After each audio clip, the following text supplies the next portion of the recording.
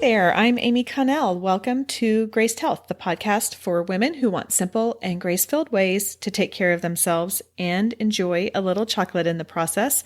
I'm a certified personal trainer and nutrition coach who wants you to know your eating, movement, and body don't have to be perfect. You just need to be able to do what you're called to do. Welcome to another episode of Ask the Trainer, where I answer questions you may have about your eating, movement, or how they work together in about 7-ish minutes. Okay, let's talk. We've been talking a lot about walking this month, and I'm going to continue that trend, which is there a proper way to walk? If you've been following me here on the podcast or on the socials for a while, you know I am a huge stickler for form, because I believe that we have to get the foundation of any movement right. Otherwise, we are at risk for more injury. And as our bodies are aging a little bit more, we're already at a little bit more risk for injury. So let's not do anything to contribute to that. But believe it or not, there are some things to be aware of when we walk.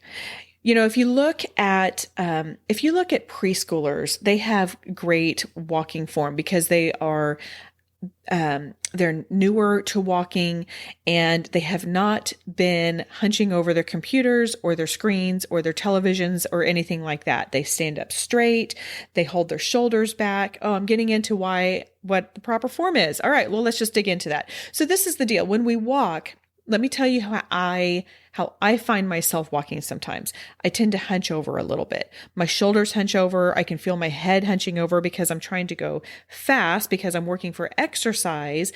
And I don't know, maybe my body's just like, okay, well, if I lean into that, I'll go faster. I'm not really sure. But that's not really how I want to walk, because when I do that, I'm taking particularly my upper body out of alignment. So when you are walking, whether it's through the grocery store or into your kid's school or on a walk where you're exercising, this is what I want you to do. I want you to take your shoulders back and down. This is not going to surprise you if you've been with me for any amount of time, but take your shoulders back and down. Take a mental note of where your ears are. You want them in line with your shoulders, not with your head leaning forward. And then you can probably at about let's just say a 70% level, engage your core. You do not need to have that as tight as you would as when you do, say, like a plank. But I do want you to somewhat engage that core, because remember, your core is 20 muscles surrounding the whole corset of your body, from your bra line down to below your glutes. And when you engage that core, you're also going to be engaging your back, which will help support your upper body and keep you upright. So basically, same type of form that when we are doing planks or anything else that we're using our body weight, except we are upright.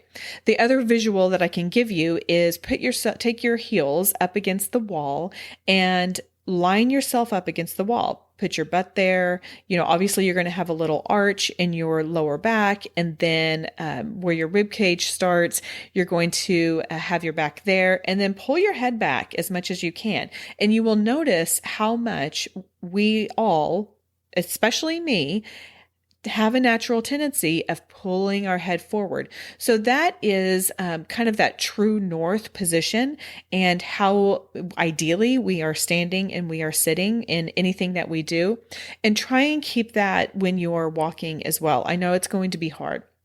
As for your arms, I say do whatever's comfortable. Some people have asked me, well, can I pump my arms? If you like to pump your arms, then pump your arms, with that 90-degree angle. I have a tendency to have my arms slightly bent, but not all the way bent. And of course, not straight down my side, because then I would look a little strange. But do what is natural. Do whatever is natural to your body and your gait. And so I don't think that there's any one right way of using your arms, except in how it is more natural for you when you are just walking at a leisurely pace. I would try and replicate that when you are walking for speed and for exercise as well. So head up, shoulders back, core slightly engaged, not fully engaged, naturally swinging arms, and go for it. Go for it. Find your good form, and that's going to keep you walking for miles and miles, which is what we were meant to do anyway. Okay, that is all for today. Go out there and have a great day.